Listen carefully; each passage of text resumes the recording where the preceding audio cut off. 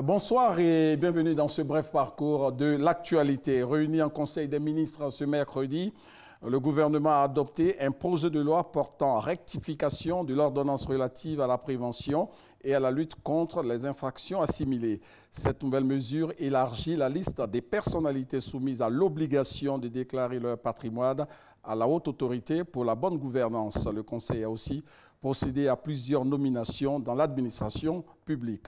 Avant le compte-rendu complet de la rédaction, nous vous proposons ces précisions du porte-parole du gouvernement.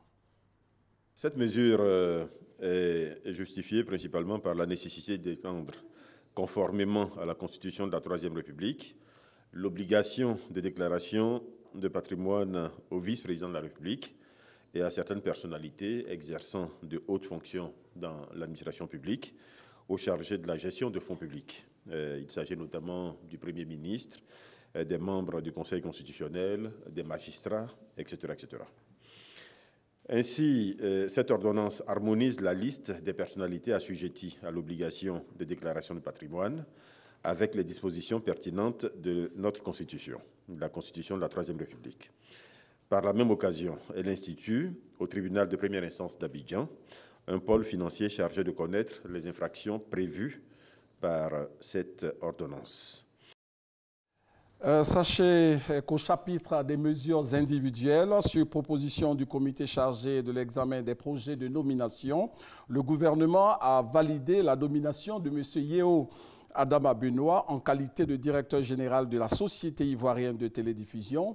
Cette société sera chargée de mettre en œuvre la libéralisation de l'espace télévisuel en Côte d'Ivoire. Nous reviendrons sur cette information au journal de 20h. Le ministre des Transports a dévoilé la date précise du premier vol direct Côte d'Ivoire-États-Unis ou, si vous voulez, Abidjan, New York, sans escale. Dans son discours à la nation en début d'année, le président de la République, Alassane Ouattara, a annoncé l'établissement de vols directs entre Abidjan et les États-Unis dans le courant du premier semestre 2018. La date de la première desserte est désormais connue. Je suis heureux de vous annoncer que le premier vol en direction des États-Unis, donc à New York, sera opéré donc, par Ethiopian le 10 mai 2018 à 13h. Donc le vol partira le 10 mai 2018 à 13h. Et le retour se fera donc le samedi 12 à 15h.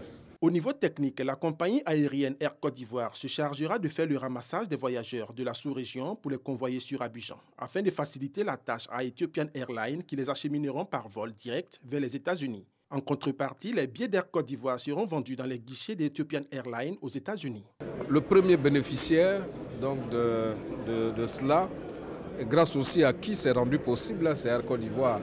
C'est parce qu'aujourd'hui, vous avez Air Côte d'Ivoire qui est devenue la compagnie leader en Afrique de l'Ouest et en Afrique centrale, et qui a un hub important qui est le hub d'Abidjan, que donc cette liaison aujourd'hui est possible.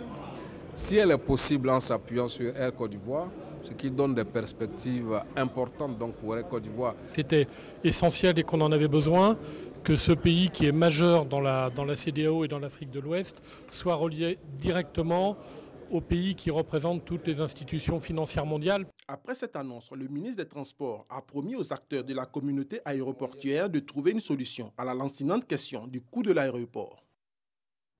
Nous reviendrons évidemment sur cette information importante pour le pays au journal de 20h. Le procès de l'ex-président ivoirien Laurent Gbagbo Eblegoudé a repris ce mercredi avec le passage du dernier témoin à charge, le professeur Hélène Yapo-Été.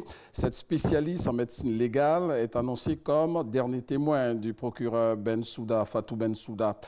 Elle s'est expliquée sur les autopsies qu'elle a effectuées sur certaines des victimes de la crise post-électorale. Notons que cette reprise du procès marque la fin des vacances judiciaires de la Cour pénale internationale, mais aussi la fin du passage des témoins à charge.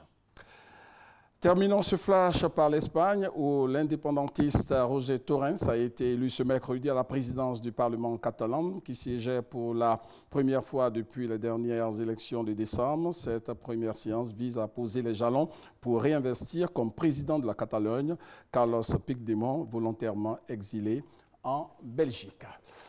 On se retrouve à 20 h pour le point complet de l'actualité ici en Côte d'Ivoire et à l'étranger.